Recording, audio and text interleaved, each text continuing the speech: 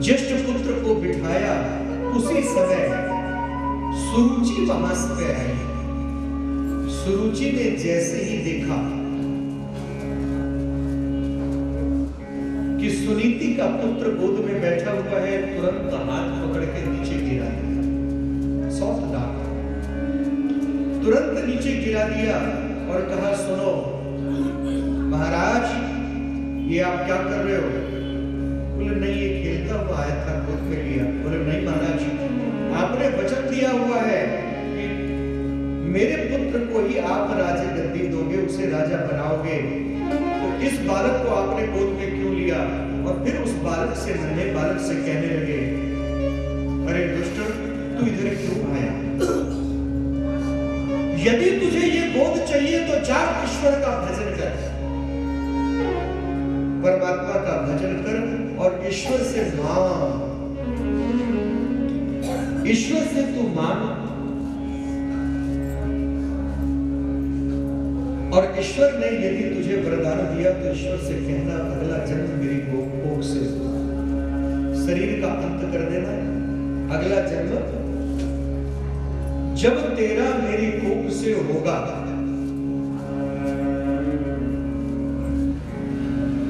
उस समय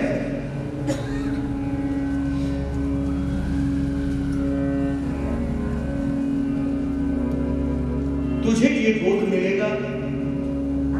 बालक को डांट के भगा दिया। वह नन्हा बालक रुदन करता हुआ अपनी मां के पास हल्का ध्यान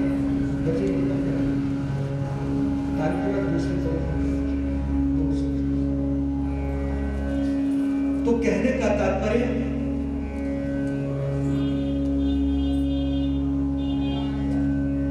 श्रीमान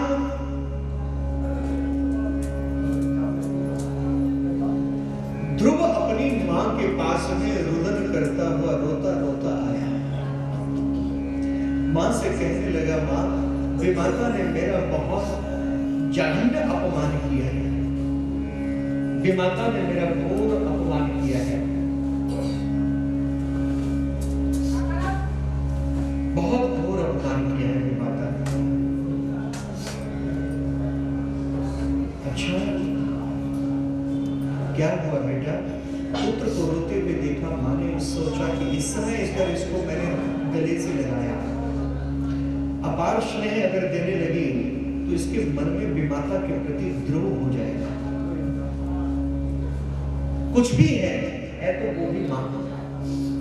बेटा क्या कहा तेरी दूसरी मां ने?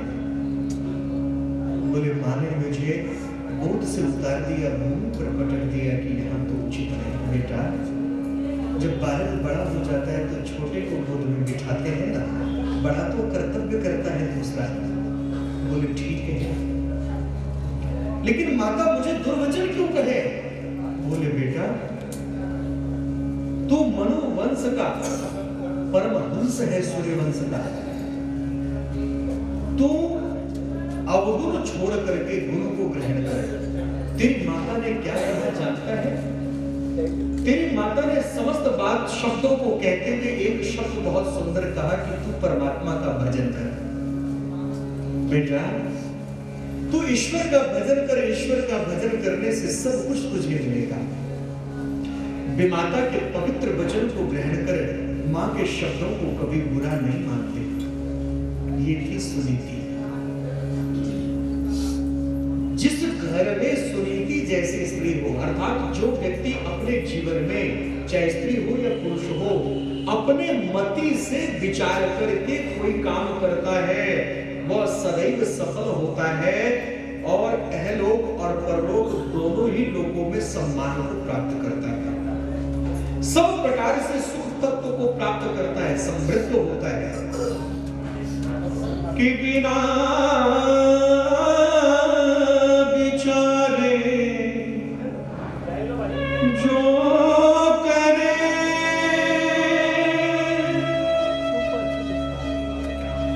सो पाछे पछताए। काम बिगाड़े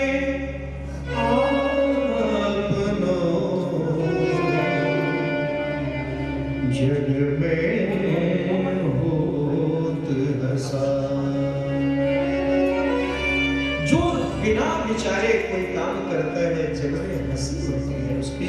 इसलिए कोई भी काम करो सोच करके, मति के अनुकूल करो, मन के अनुकूल नहीं।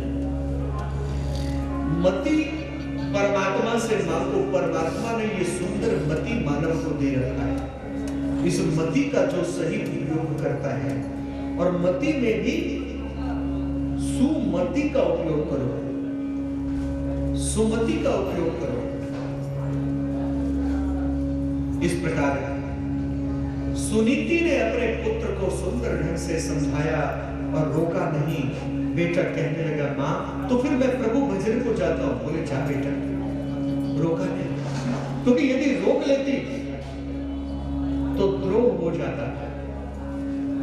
विमाता ना जाने और क्या क्या कहती, तो पुत्र को भगवान के सहारे छोड़ करके माता प्रभु के भजन करने हेतु, प्रभु का भजन करने हेतु तत्पर हुई, प्रभु का भजन करने लगी। और इधर ये नन्हा बालक, आजकल की माँ होती तो पकड़ती अपने बच्चे का चंद्र देखती, झगड़ने पहुंच जाती। ये सुनीति थी। बालक ध्रुव पहुंचे वन में, घनघोर वन है। उस भयंकर वन के अंदर तपस्या करने के लिए जैसे आगे बढ़े तो नारद जी प्रकट हो गए। याद रखना, ये मत सोचो कि हमें गुरु अच्छा है, गुरु को मत खोजो, तुम शिष्य उत्तम बन जाओ। जब पात्र हम उत्तम बन जाएंगे, हम शिष्य उत्तम बन जाएंगे, तो गुरु खोजते हुए हमें अनायास हमारे पास आ जाएंगे। हमें भटकने की जरूरत नहीं पड़ेगी, ये याद रखना। पात्र श्रेष्ठ हमने बनना है। जैसे ही उत्तम साधक हम बनेंगे, उत्तम शिष्य बनेंगे और परमात्मा का भजन करेंगे, तो अनायास परमात्मा ही स्वयं हमारे पास में गुरु तत्व तो भेजेंगे। वन में नारद प्रकट हो गए। बेटा यहाँ क्या कर रहे हो? भयंकर जंगल है, हिंसक जीव है, चले जाओ। बोले मुझे कोई डर नहीं। बोले बेटा भूत प्रेत विग्रह है, मुझे कोई परवाह नहीं। बोले किस लिए आए हो?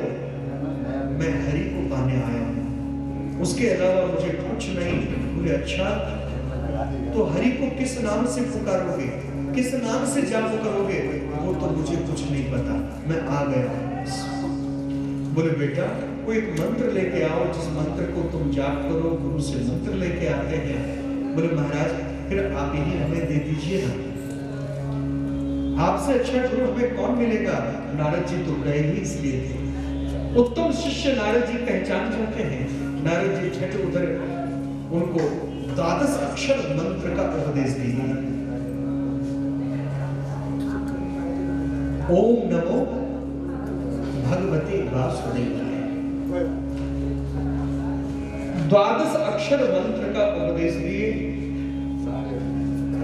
12 अक्षर मंत्र जपते रहो। निरंतर इस मंत्र का जप करने लगे वन में। उस समय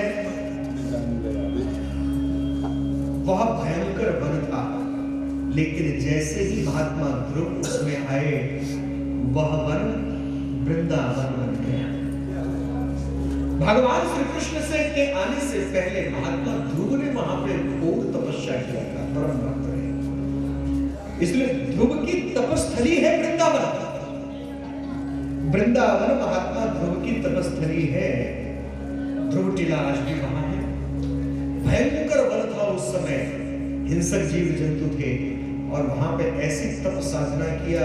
कहते प्रभु वही अवतार धारण करते हैं जहां संत लोग तप साधना से पावन और पवित्र बना देते हैं। प्रभु का अवतार पवित्र पावन स्थान पे होता है। महात्मा ध्रुव धीरे धीरे एक एक करके तपस्या करते करते अन्न त्याग किया, जल छोड़ दिया, कंद मूल फल त्याग दिया, यहां तक वायु तक का भी त्याग कर दिया। इतना शरीर उनका हल्का हो गया तपस्या करते करते कि अंगूठे पर खड़े होकर के तपस्या कर रहे हैं। और तप शक्ति इतना दृढ़ हो गया है, इतना दृढ़ हो गया तप शक्ति, क्योंकि बालकों के जो है बालक का हृदय बिल्कुल नरम होता है, कोमल होता है और बालक सरल होते हैं।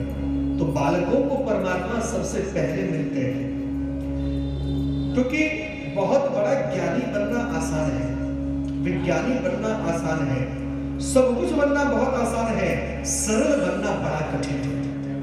और जिस पल जीवन में सरलता आ गया,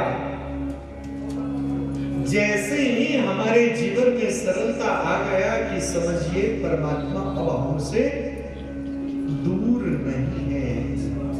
इसलिए जीवन में पावनता लाओ, सौम्यता लाओ, सरलता लाओ, निर्मलता लाओ, दृढ़ता लाओ, हर प्रकार से अपने जीवन को इतना निर्मल बना लो कि निर्मल मन जन सो मुहि भावा। पूर्ण रूप में ना अपने मन को निर्मल बनाओ। मेरो मन निर्मल भयो जो गंगा जी को नीर। गंगा जी के जल के समान निर्मल बना परमात्मा अवश्य है, हरि अवश्य आएंगे, इसमें कोई दो मत नहीं। समस्त देवी देवता गण जो तपस्या में विघ्न उत्पन्न करते थे, आज तो वायु देवता के भी श्वास रुक गए। जो देवतागण विघ्न करते थे, वो देवतागण ब्रह्मा जी से प्रार्थना करने लगे, हमारे श्वास रुक गए। ब्रह्मा जी समेत पहुंचे कि मेरी भी यही गति है नारायण के पास, प्रभु ये सब क्या है? बोले एक मेरा नन्हा भक्त मेरी उपासना कर रहा है, मेरी भक्ति कर रहा है, और इसी कारण हेतु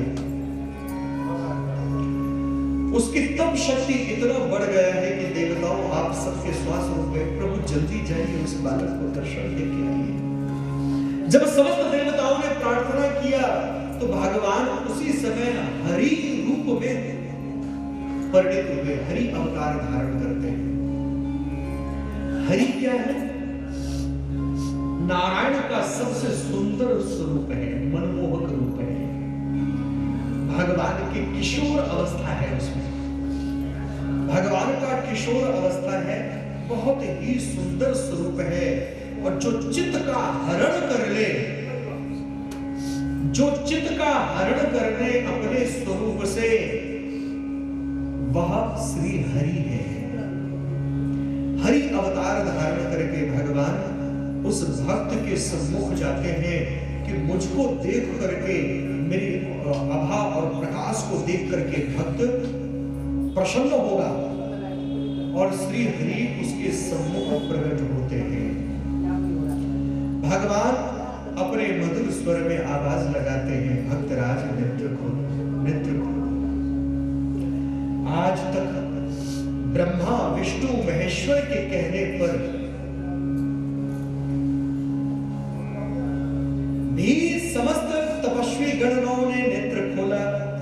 ब्रह्मा विष्णु महेश्वर के कहने पर भी जिनका नेत्र नहीं खुला, फिर साक्षात श्री हरि प्रकट हुए, ब्रह्म प्रकट हुए हरि रूप में, और ब्रह्मवाणी हुई तो भी इस भक्त ने नेत्र नहीं खोला। ब्रह्म ने भी पुकारा तो भी इतना ध्यान प्रबल था कि उस शब्द को सुन करके भी समाधि नहीं टूटी। भगवान ऐसे दृढ़ भक्त को जब देखते हैं तो भगवान तो गए थे उसका चित्त चुराने, लेकिन भगवान स्वयं चोर लिए थे। भगवान खुद उसके भाव को देख करके व्याकुल हो गए। भगवान ने दूसरा उपाय किया, तुरंत तत्क्षण उसके हृदय में प्रकट हो गए। जैसे हृदय में प्रकट हुए, और हृदय में प्रकट होकर के हृदय मनमुख थे, वो हृदय में प्रकट हुए, कहा पुत्र नेत्र खोलो ना, नेत्र खोलो ना। वो हरि का ध्यान कर रहा था, हरि के रूप में अंतर आत्मा में खो गया। हरि जब हृदय में प्रकट हुए उस रूप में खो गया। प्रभु ने कहा नेत्र खोलो, बोलो नहीं खोलूंगा, बोलो नहीं खोलूंगा। एक शब्द है कि मेरे नैना विच राम बस गए, मैं खोला कि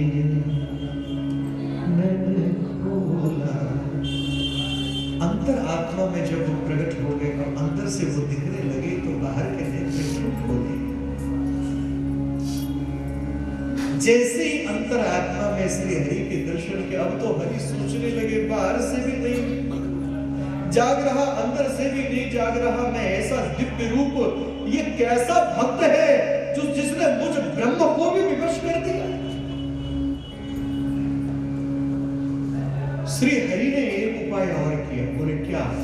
सुंदर हृदय वाले रूप को देख तो रहा था, अनायास भगवान हृदय से अदृश्य हो गए। जैसे हृदय से अदृश्य हुए, झट से नेत्र खोला, हरि कहां? जैसे नेत्र खोला व्याकुल होकर के कि प्रभु कहां? तो सामने देखा कि सामने श्री हरि विराजमान है। कि ध्यायेत सत्यं गुणतीतं गुणत्रय समन्वितं लोकनाथं त्रैलोकेशं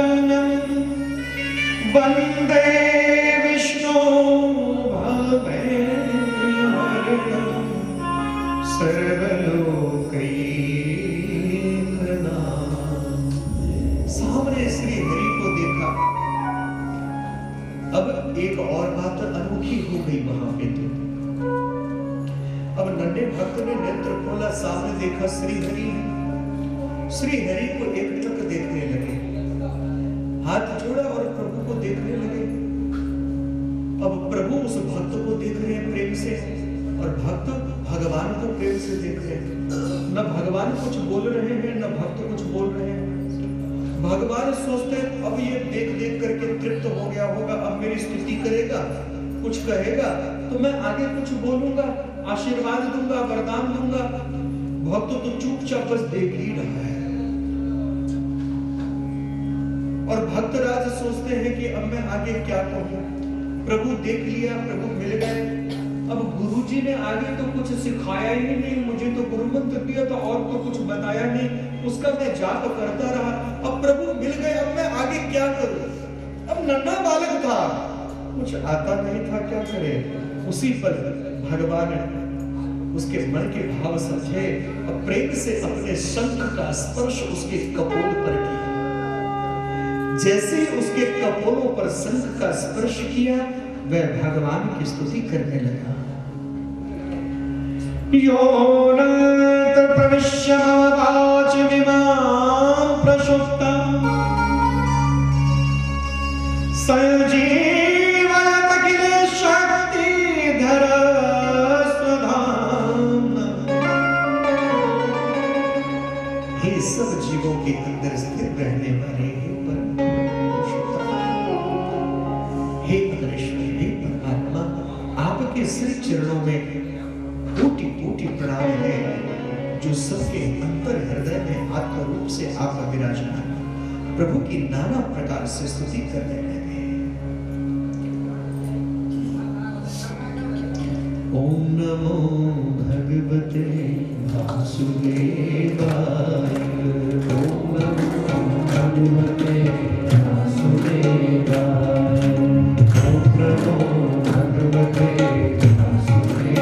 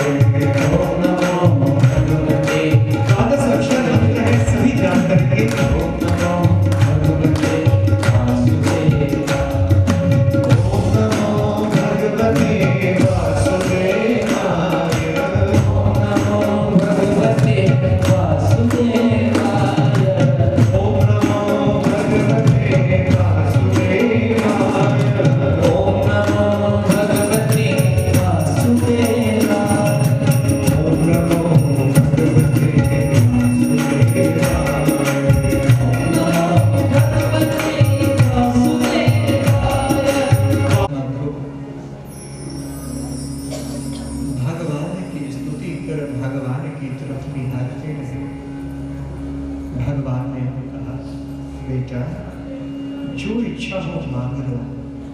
प्रभु, आपके दर्शन से पहले मेरे मन में इच्छाएं थी, आपके दर्शन से पहले मेरे मन में भाव था। आपको पा लिया तो अब कुछ पाना श्रेष्ठ नहीं है, शेष नहीं है। आपको पाने के पश्चात अब कुछ पाना शेष नहीं रह गया। बेटा, नहीं प्रभु, अब कोई इच्छा नहीं। पुत्र सुनो, जो तेरे मन में था पहले, अब तो मैं वो दूंगा। तेरे मन की भाव जान के, उसके पश्चात मैं तुझे वो दूंगा जो मेरे मन में है। और उस टीले पर स्वयं नारायण बैठ गए और अपनी कोमल गोद में उस नन्हे बालक को बिठाया। उस बालक को अपनी गोद में बिठाया कि तुझे सिंहासन नहीं, ब्रह्म का आसन मिला है, तुझे परमात्मा का गोद मिला है। और अपनी गोद में बिठा करके भगवान ने उसका चुंबन लिया, सिर पे हाथ फेरते हुए कहा, पुत्र, इस लोक का राज्य भी तू पूर्ण रूप से भोगेगा जब तक तेरी इच्छा। तत्पश्चात जब तू स्वधाम जाने की इच्छा करेगा अपनी इच्छा से, काल का समय सीमा तेरे ऊपर नहीं रहेगा। जब तू जाना चाहेगा इस शरीर को त्याग करके, उस समय साक्षात तुझे वह ध्रुव लोक मैं प्रदान करता हूं। तुझे वह पद मिलेगा, ध्रुव पद मिलेगा, और वह ध्रुव लोक तुझे प्रदान करता हूं जो सदैव अचल रहेगा और अटल रहेगा। सप्त ऋषि मंडल तेरे निकट रहेंगे, तेरे चिंतन करेंगे और इस प्रकार तुझे आशीर्वाद प्रदान करेंगे। तो आज से मेरा पुत्र है। भगवान ने सिर पर हाथ फेरा। ऐसे भगवान उस नन्हे बालक की अद्भुत आशीर्वाद उस नन्हे बालक को उसकी तपस्या का प्रदान किया। उसके पश्चात इधर नारद जी ने बहुत फटकार लगाई उत्तानपाद की बुद्धि जब अनुकूल हुआ, पुत्र को लेने के लिए दौड़े। महात्मा ध्रुव को लेकर के अपनी पत्नी सुमति से परे हटे। सुमति मतलब अब राजा मनमुख नहीं, विवेक से काम लेने लग गए और नारद जी से बोध विद्या प्राप्त करके पुत्र ध्रुव को राजगद्दी प्रदान किया। छोटा भाई उत्तम यक्षों से युद्ध करते हुए मारे गए। अपने भाई की मृत्यु का बदला लेने हेतु कुबेर लोक पर अलकापुरी पर आक्रमण कर दिया। मनु महाराज और कुबेर के बार बार आग्रह पर समझाने पर ध्रुव ने कुबेर को क्षमा किया, क्योंकि जिसके सिर पर स्वयं नारायण हो उसको कौन कुबेर और कौन इंद्र कुछ कर सकता है, कौन उससे जीत सकता है। जिसके सिर के ऊपर वो है, जाके सिर ऊपर सो दुख तारे, वो कैसे दुख को पा सकता है। तो इसलिए परमात्मा स्वयं उनके सिर के ऊपर में है। श्रीमान ध्रुव अनंत काल तक राज गद्दी प्राप्त करके सृष्टि का उन्होंने कल्याण किया, भक्ति का विकास किया, सबको दिव्य रूप से भक्त बनाया। और उसके पश्चात जब चलने लगे उसी समय दिव्य विमान प्रकट हुआ। छत्र चमर मयूर पक्ष से आच्छादित दिव्य विमान प्रकट हुआ। देवता गण स्तुति कर रहे हैं उनका। ऐसे श्रीमान महात्मा ध्रुव दिव्य विमान पर बैठ करके और जैसे ही जाने लगे उसी समय इस लोक के जो देवता हैं, इस लोक का नाम है मृत्यु लोक। और मृत्यु लोक के देवता मृत्यु देवता हैं, साक्षात उनके पास गए और काल उनके पास में जाकर के हाथ जोड़ के कहने लगे, हे प्रभु, आप मेरे सिर पर पांव रख दें, आप मेरे सिर के ऊपर पांव रख करके विमान पर आरूढ़ हो, विमान पर बैठे, कारण कि जगत भी देखे जो परमात्मा के चरणों में है वह काल के सिर पर पांव रख करके भगवान के परम पद को प्राप्त करते हैं। काल भी उसका कुछ नहीं बिगाड़ सकता है। इसलिए यदि इस लोक और परलोक दोनों लोकों में आनंद चाहते हैं तो नित्य प्रति भजन करें, नित्य प्रति भजन करें। भजन से सब कुछ प्राप्त हो सकता है। भजन के बिना कुछ भी संभव नहीं है। श्रीमान ध्रुव के वंश में राजा अंग हुए। अंग भी धर्मात्मा थे। इनका विवाह मृत्यु देवी की पुत्री सुनीता के संग हुआ। जब यह गर्भवती थी उस समय अपने पति से महाराज अंग से जिद करके अपने पिता से मिलने के लिए गई। महाराज अंग ने कहा, नहीं, प्रथम संतान है, जन्म ले ले, उसके बाद जाना। नहीं मानी, गई, कोई बात नहीं। वहां गई वो तो कोई बात नहीं, लेकिन पति के घर में तो क्या होता है कि स्त्री एक अपनी मर्यादा में अपने घर के अंदर रहती है, और कहा जब पीहर जाती है तो वहां सोचती है पिता के घर आई हूं, इधर घूम लो, उधर घूम लो, उधर घूम लो, इधर उधर घूमना फिरना खूब होता है। तो घूमते घूमते घूमते घूमे, कोई गलत नहीं, लेकिन सही स्थान पे जाए। घूमते घूमते गर्भवती स्त्री के मन में अनेकों प्रकार का भाव आता है, इधर घूमो, उधर घूमो। घूमते घूमते वह नरक लोक में घूमने चली गई। अब नरक लोक में जब ये घूमने गई तो नरक के पापियों की दृष्टि इसके ऊपर में पड़ा, और जैसे ही नरक के पापियों की दृष्टि इसके ऊपर में पड़ा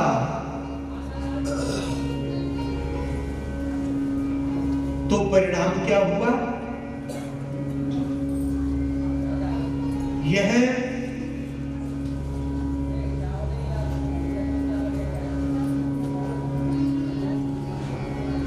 संतान को जो जन्म इसने दिया वह संतान जो है वह महान क्रूर बना। इसलिए गर्भवती स्त्री को बहुत संभल के रहना चाहिए। जो संतान हुआ वह बहुत क्रूर हुआ, बहुत दुष्ट हुआ, और वह इतना दुष्ट हुआ कि वह बचपन में दूसरे बालकों को तंग करने लगा। कभी कुओं में बालकों को गिरा देता, कभी मारता पीटता। राजा के पुत्र होने के कारण वो कुछ कहता नहीं। महाराज को सूचना मिली तो बहुत दुखी होते थे महाराज। तो ये याद रखना, आपके पूर्वज बहुत अच्छे हो तो इसका मतलब ये नहीं है कि वंशज बहुत अच्छे होंगे। इसलिए पूर्वज अच्छे हो तो वंशज को भी अच्छे से अच्छे बनाओ। संस्कार अच्छे रहोगे तो वंश अच्छा चलेगा, और नहीं तो वंश में एक भी अगर बेन जैसा पापी आ गया तो पूरे अच्छे किए कराए वंश को नष्ट कर देता है। यह इतना दुष्ट हुआ, धीरे धीरे युवा आने पर इतना भयंकर दुष्टता इसके अंदर आ गई कि क्या कहूं, कि इसकी दुष्टता और दुर्बुद्धि से दुखी होकर के महाराज अंग वन में चले गए, छोड़ के राज्य को। अब राजा के बिना देश कैसे चले, तो इनके पुत्र बेन को, जो महादुष्ट था, उसको राजा बनाया गया। बेन जैसे ही राजा बने तुरंत अपने राज्य में ढिढोरा पीट दिया। मेरे राज्य में कोई यज्ञ तप पूजा पाठ नहीं करेगा, मुझ राजा में ही ईश्वर का वास है, किसने पूजा करना है तो मेरी ही पूजा करेगा, मुझ में ईश्वर है।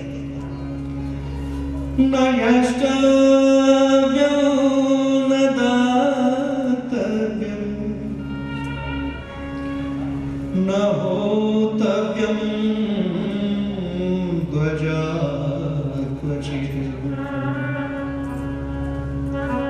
न यष्टव्यम न दातव्यम, कोई यज्ञ नहीं करेगा, कोई दान नहीं करेगा, न होतव्यम ध्वजा क्वचित् इति न्यगारया